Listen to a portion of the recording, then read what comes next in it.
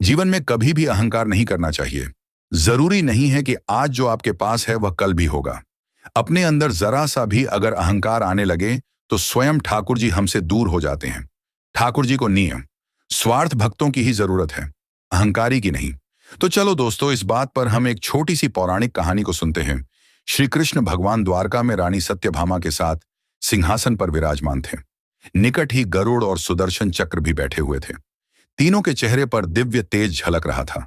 बातों ही बातों में रानी सत्यभामा ने श्री कृष्ण से पूछा कि हे प्रभु, आपने त्रेता युग में राम के रूप में अवतार लिया था और सीता आपकी पत्नी थी, क्या वे मुझसे भी ज्यादा सुंदर थीं?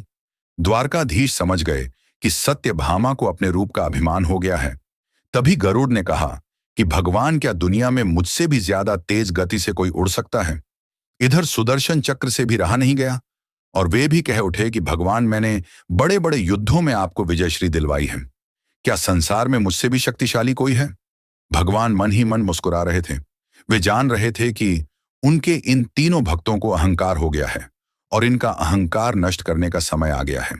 ऐसा सोचकर उन्होंने गरुड़ से कहा कि हे गरुड़, तुम हनुमान के पास जाओ और कहना कि भगवान राम माता सीता के साथ उनकी प्रतीक्षा कर रहे हैं। गरुड़ भगवान की आज्ञा लेकर हनुमान को लाने चले गए।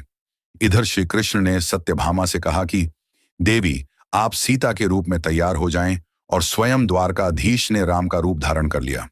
मधुसूदन ने सुदर्शन चक्र को आज्ञा देते हुए कहा कि तुम महल के प्रवेश द्वार पर पहरा दो और ध्यान रहे कि मेरी आज्ञा के बिना महल में कोई प्रवेश न करे। भगवान की आज्ञा पाकर चक्र महल के प्रवेश द्वार पर तैनात हो गए। गरुड़ ने हनुमान के पास पहुंचकर कहा कि हे वानर श्रेष्ठ, भगवान राम माता सीता के साथ द्वारका में आपसे मिलने के लिए प्रतीक्षा कर रहे हैं। आप मेरे साथ चलें, मैं आपको अपनी पीठ पर बैठाकर शीघ्र ही वहां लेकर जाऊंगा। हनुमान ने विनयपूर्वक गरुड़ से कहा, आप चलिए, मैं आता हूं। गरुड़ ने सोचा, पता नहीं यह बूढ़ा वानर कब पहुंचेगा। खैर, मुझे क्या है, मैं तो भगवान के पास चलता हूं। यह सोचकर गरुड़ शीघ्रता से द्वारका की ओर चल पड़ा। पर यह क्या, महल में पहुंचकर गरुड़ देखते हैं कि हनुमान तो उनसे पहले ही महल में प्रभु के सामने बैठे हैं। गरुड़ का सिर लज्जा से झुक गया।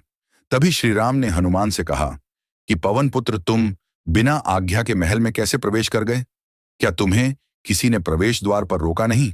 हनुमान ने हाथ जोड़ते हुए सिर झुकाकर अपने मुंह से सुदर्शन चक्र को निकालकर प्रभु के सामने रख दिया। हनुमान ने कहा कि प्रभु, आपसे मिलने से मुझे इस चक्र ने रोका था, इसलिए इसे मुंह में रखकर मैं आपसे मिलने आ गया, मुझे क्षमा करें।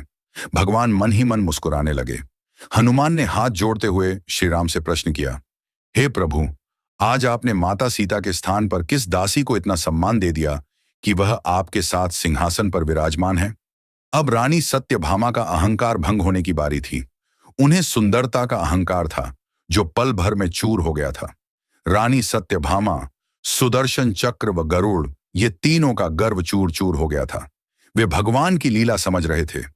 तीनों की आंखों से आंसू बहने लगे और वे भगवान के चरणों में झुक गए। अद्भुत लीला है प्रभु की, अपने भक्तों के अहंकार को अपने भक्त द्वारा ही दूर किया उन्होंने। तो दोस्तों, आपको यह कहानी कैसे लगी, ये कमेंट करके जरूर बताना। और हाँ दोस्तों, आप में से कितने जन ऐसे हैं जो प्रभु श्री राम और श्री कृष्ण जी के भक्त हैं, जो सच्चे दिल से मानने वाले होंगे, वही मेरे इस श्री कृष्ण चैनल को सब्सक्राइब करेंगे।